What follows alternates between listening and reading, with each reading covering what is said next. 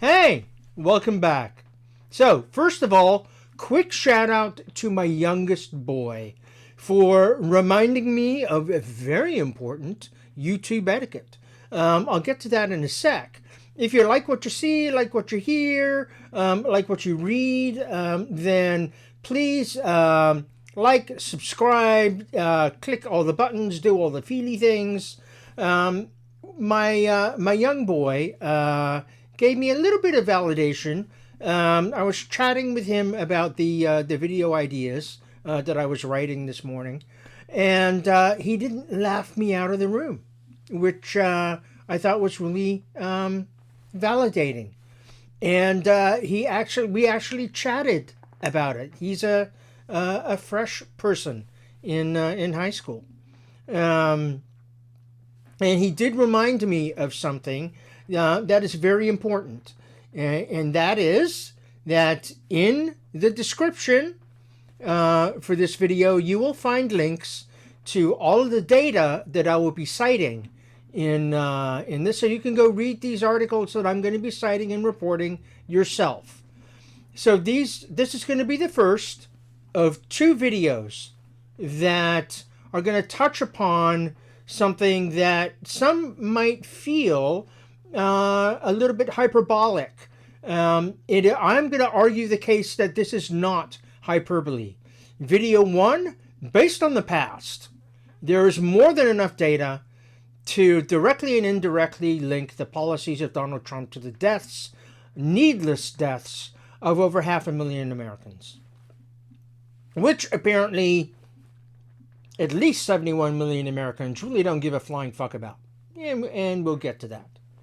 In video 2, the sequel, Trump administration, is poised to blow that number not only out of the water, but take the shooting gallery shit show of Trump policy that leads to needless, avoidable death worldwide.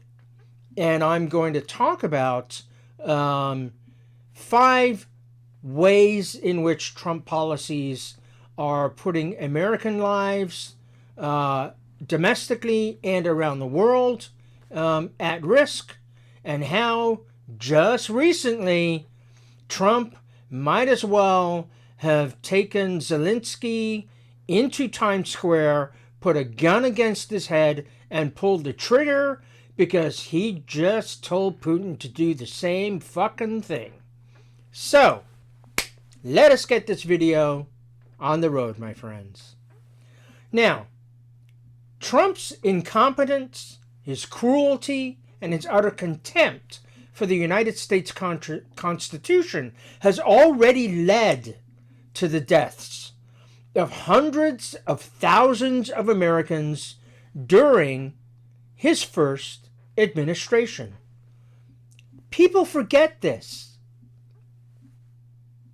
And I'm not sure why my party decided not to remind Americans that 500,000 of their brothers, sisters, fathers, mothers, grandfathers, grandmothers needlessly died as a direct or indirect result of the incompetence of the Trump administration. So, in the first of these two videos that show how Trump's policies kill people, and let's not mince words. For 10 years, we've been mincing words. Oh, he doesn't tell the truth. No, he lies. Oh, he just pretends. Oh, he's joking. No, he doesn't joke. He isn't doing locker room talk. He's a sexual predator. Oh, he doesn't mean what he says. He means exactly what he says. And for the last week and a half, we have seen cabinet appointments that back up what he says. So I don't want to hear any shit about how he doesn't mean what he says. And he should be called out directly about what he says. His policies kill. Period. And why we haven't said that for 10 years and why we do not say it now escapes me. Democrats, get up off the floor, lick your wounds, start fighting, because that's the only way we're going to win back the House and the Senate. And winning back the House and the Senate in 2 years is the only way we have a hope in hell of stopping the carnage that is just around the corner. But that, my friends, is for video 2. Now, the 2 examples that I'm going to give are Trump's COVID response and his response to the 2 hurricanes that hit Puerto Rico. Now, why these 2 examples? These 2 examples because these are the most well documented. We have the clearest data and the most data linking the policies and failed policies to actual human cost, to death. I do not want you to think that these are the only examples. They are just the best, clearest, most documented examples. I'm going to give you a murky example right now because this one really sticks in my craw because it's about to be resurrected from the bowels of hell by the same demon who did it 6 years ago. So,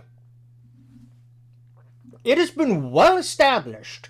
Why? Because the Trump administration admitted it in writing. Going back as far as 2019, the family separation policy enacted by Tom Homan, who is coming back to do it all again, was directly linked to the deaths of at least 24 migrants. Now, I know a lot of you really don't give a fuck about 24 dead brown people. That's just the honest truth. Those are the ones that we just know about, by the way. And those are ones that were in U.S. custody. I want you to think about that. In U.S. custody. However, ICE officials were also, at the time, forced to admit that 6 children who were separated from their families also died. Now, I don't know about you, but children don't just magically up and spontaneously drop dead. Do they?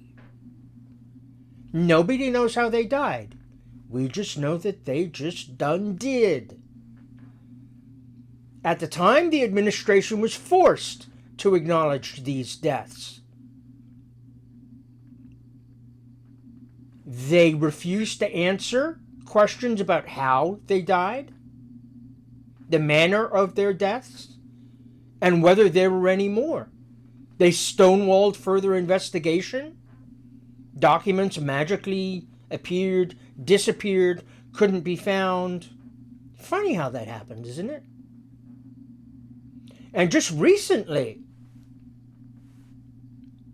NPR, just a couple days ago, November 13th, 2024, NPR reported that close to 1,000 children who were separated from their families back then have yet to be reunited with their families. Why? Because we have no idea where the fuck they are. No idea. Up to 1,000 children lost, gone, in the ether. Now I know for a vast majority of you MAGA people, you don't care. Absolutely don't care. They're brown children. They're brown migrant children. So who cares? And I'll tell you, you gotta be some cold, dark, callous fuck if you think it's okay for children to magically show up dead when they are in U.S. government custody. Now, you got to be even colder if you think it's okay for 1,000 children to just poof and magically disappear when they are in U.S. custody. Nobody cared then. Nobody cares now. And the architect of this policy, the man who put it into play, is coming back to do it again. But guess what? He gets to do it the way he really wants to. And you know why? Because a Fox News host gets to be in a job that fires the people that told Tom Homan that Tom Homan couldn't tell the U.S. military to shoot people. Because that's what he wanted to do. He wanted to shoot migrants and their families if they didn't do what he told them to do. It didn't matter if they were blended families. It didn't matter if there were children caught up in there. It didn't matter if they were U.S. citizens, because that's what blended families are. A citizen falls in love with a non-citizen.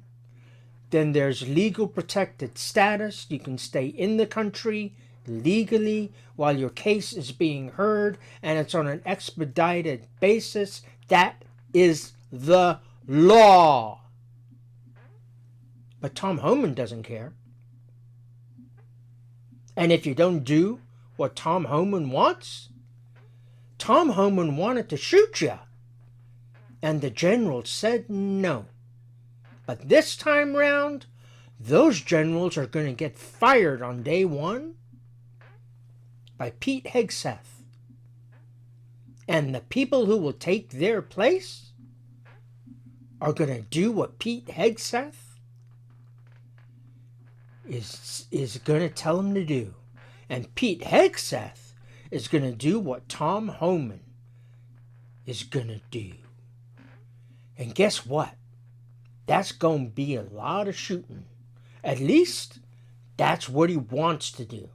Do it the way he wanted to do it the first time round. That is what we're going to get into in the second video, because that is the clearest example of how the carnage is going to exponentially increase. And again, people aren't going to care, because it's just going to be a bunch of brown people who are going to be killed on U.S. soil, U.S. citizens, U.S. children, killed on U.S. soil by U.S. military and law enforcement personnel. And oops, that's just the price you pay. And if you think that's okay, then we're farther down the fascist rabbit hole than you think. But I don't want to get too far ahead of me into video 2. Let's get on with video 1, shall we? Trump's COVID response. So, lest you think I'm just reporting media. Yes, I am. But this is also based on Trump's own White House records. Back in 2021, again, based on the White House's own records, the Trump administration's COVID response was responsible for the deaths of over 400,000 Americans. That was reported by Mother Jones. The White House itself confirmed that Trump's lack of response for COVID was responsible for killing close to, or at least, at a minimum, 400,000 Americans. In that same year, later that year, Salon.com reported that the Trump administration's response, botched response, was so horribly botched that 40% of COVID cases were avoidable. Shouldn't have even fucking happened. Now let's put some numbers on that, shall we?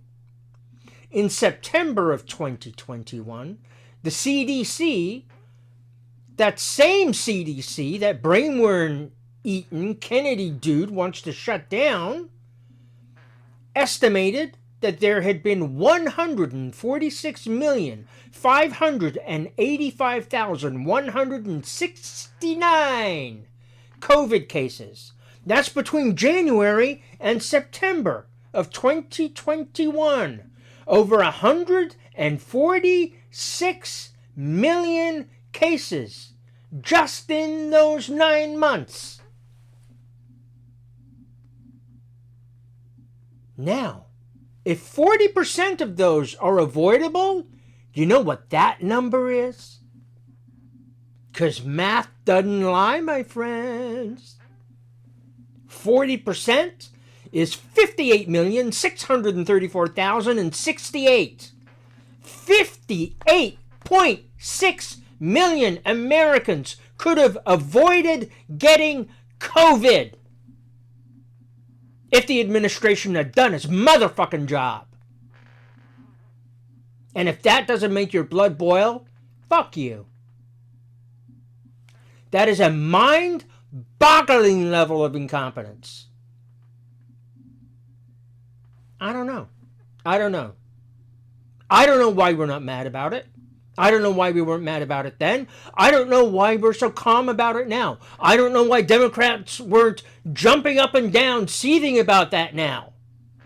And guess what? We weren't the only ones talking about it. Our partners and friends around the world were talking about it. Way back in 2020, at the beginning of the COVID pandemic, the University of Oxford, yes, that Oxford in England, published a report that said Trump had already, through his inadequate pandemic response, Trump had already killed more Americans than all Americans who had died in World War I.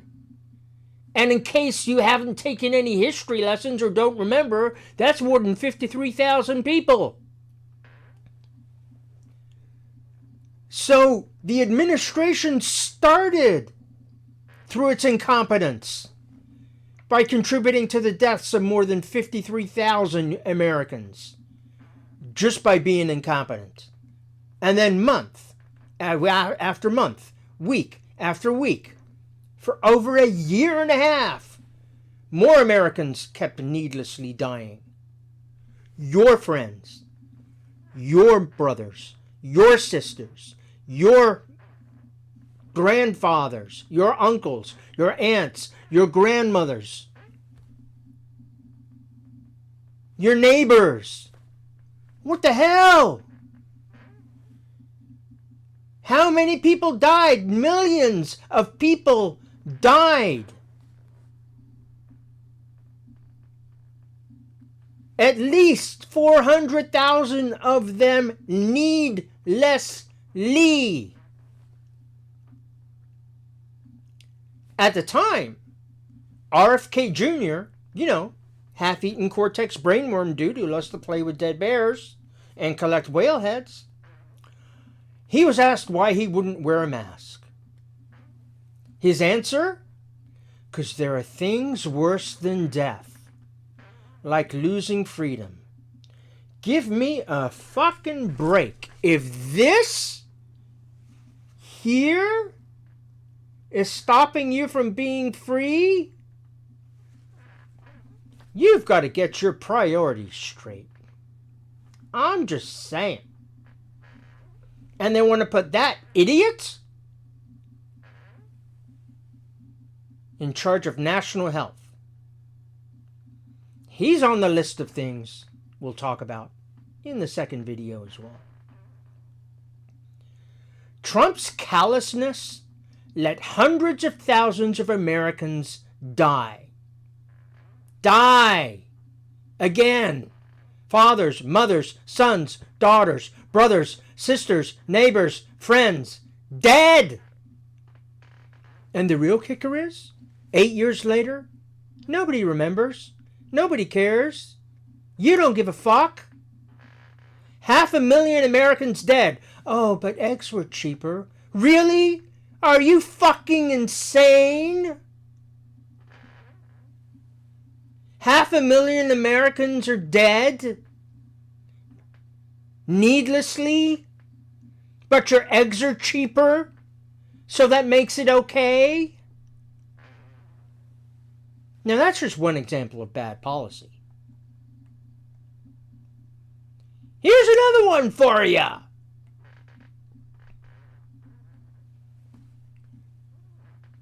Trump's response to the hurricanes in Puerto Rico. 2017, 2 hurricanes hit Puerto Rico back to back. Devastating. Now, Trump delayed $20 billion in federal aid. This was widely reported by NBC News, all of the U.S. news outlets. There's a great piece in The Guardian about it, a great piece by BBC News. Again, all of those are going to be linked in the show notes down below, in the description. Now, why? Why? Why did he needlessly delay? We're not even going to talk about how insulting it was to throw fucking these things at people. Oh, you're dying? Yes. Paper towel for you? Cunt. Okay. Now, why? Because Puerto Rico didn't vote for him. And as we now know from his aides, who all quit, he did this repeatedly with FEMA money over 4 years. If a disaster hit an area of the country that voted Democratic, he withheld aid. California had a horrible time. California had to sue the federal government more than 122 times during the first Trump administration just to get access to the money that they were guaranteed by federal law for disaster relief. How fucked up is that? Because Trump kept blocking access.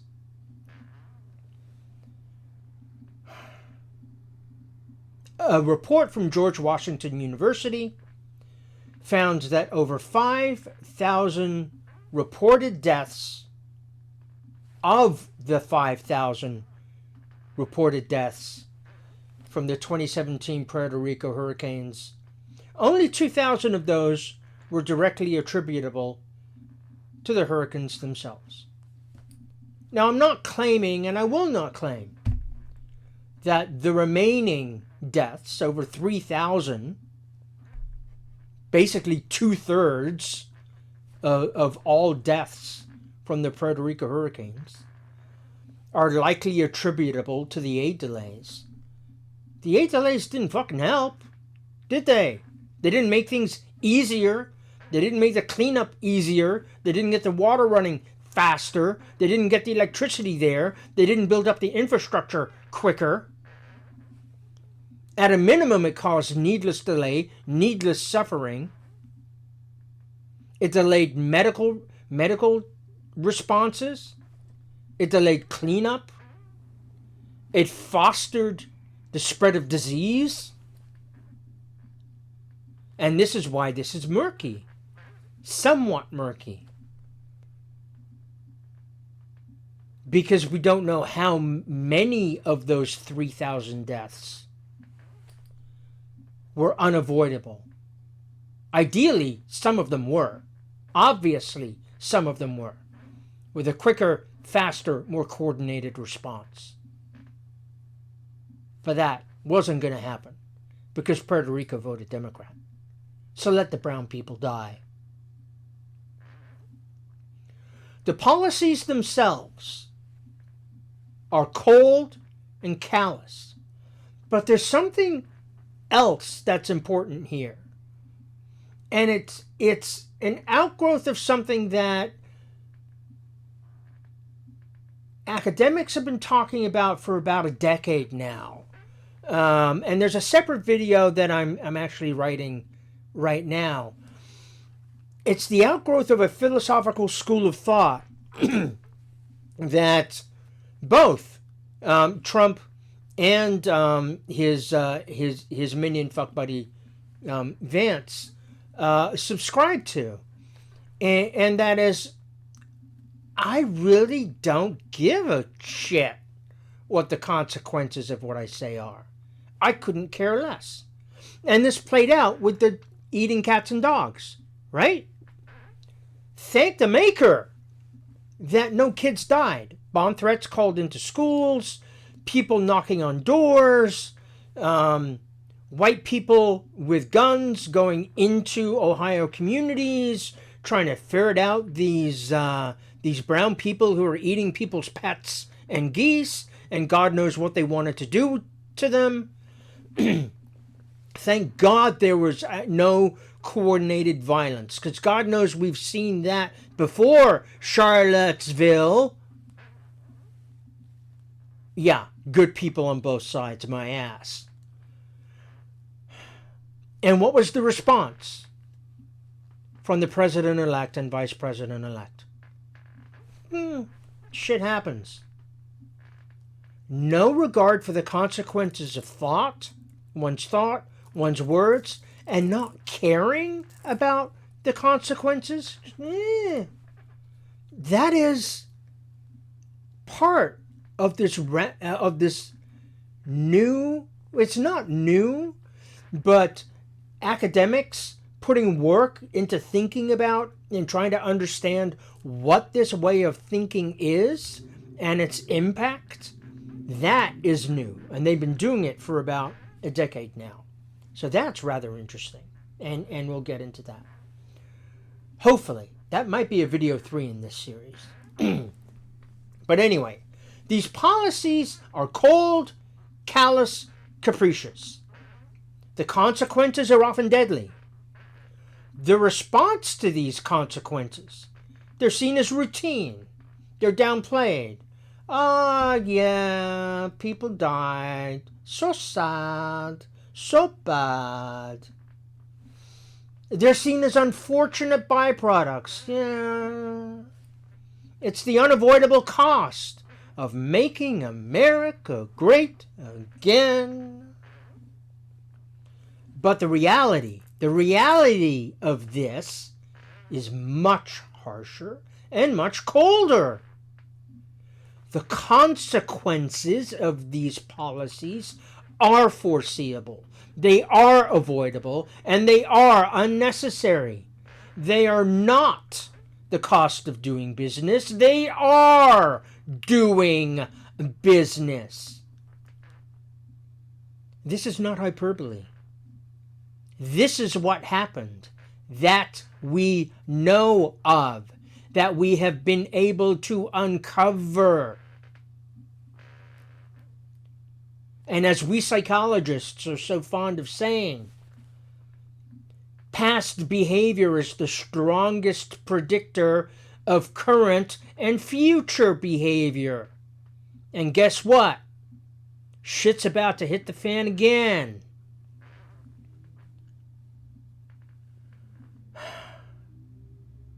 And with just these two examples,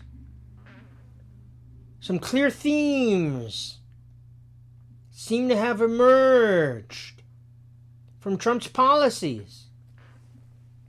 Theme 1. Trump really, and you don't need me to tell you this, or any other pundit, left, right, center, in the middle, whatever. Trump does not care about the impact of his policies on people, places, things, whatever. He doesn't care at all. And 2, and this is clear, when his policies are implemented, people die. Period. Usually Americans. Now, in the second video, cleverly titled, Why Trump's Policies Kill, Part 2, I'm going to highlight how Trump is ramping up for anarchy on an impressively massive scale. And if you thought the blood of 500,000 needlessly dead Americans was, a lot the first time around, well, let's just say you ain't seen nothing yet, motherfucker. 'Cause, one, sequels always get bigger, baby. And two, we be taking the shooting shit show gallery global. We'll be examining 5 proposed policies from Trumpy and see who he's putting the crosshairs now. And here they are. Tom Homan. Possible dead migrants, dead U.S. citizens, and certainly a bunch of dead brown kids. 2. Vivek Ramaswamy. Dead U.S. soldiers. 3. RFK Jr. Dead kids and a shit ton more pandemics. 4. What I laughingly call the Trinity of Insecurity. Hubbard, Hegseth, and Gates. More dead soldiers. Not just here in the U.S., this time all around the world. More dead U.S. citizens, and certainly a shit ton of dead allies. And finally, number 5, not to be undone by anything else, Elise Stefanik, who has finally signed Zelensky's death warrant. Because that is what will happen once the U.S. gets out of Ukraine. We know Putin has already been killing those who stand against him, his opposition. They die. Are you going to sit there with a straight face and tell me that Zelensky is going to survive? I turn 60 next April 2025. I'm going to make you a bet. Because I don't think that Zelensky is going to be alive before I turn 60. There you go. Prognostication. I predict that between January 20th, 2025 and April 5th, 2025, Zelensky is going to magically drop dead. And it's going to be because of Putin. I guarantee you that. That's it, my friends. Trump's policies kill. Part 1. I'll talk to you soon. Love ya.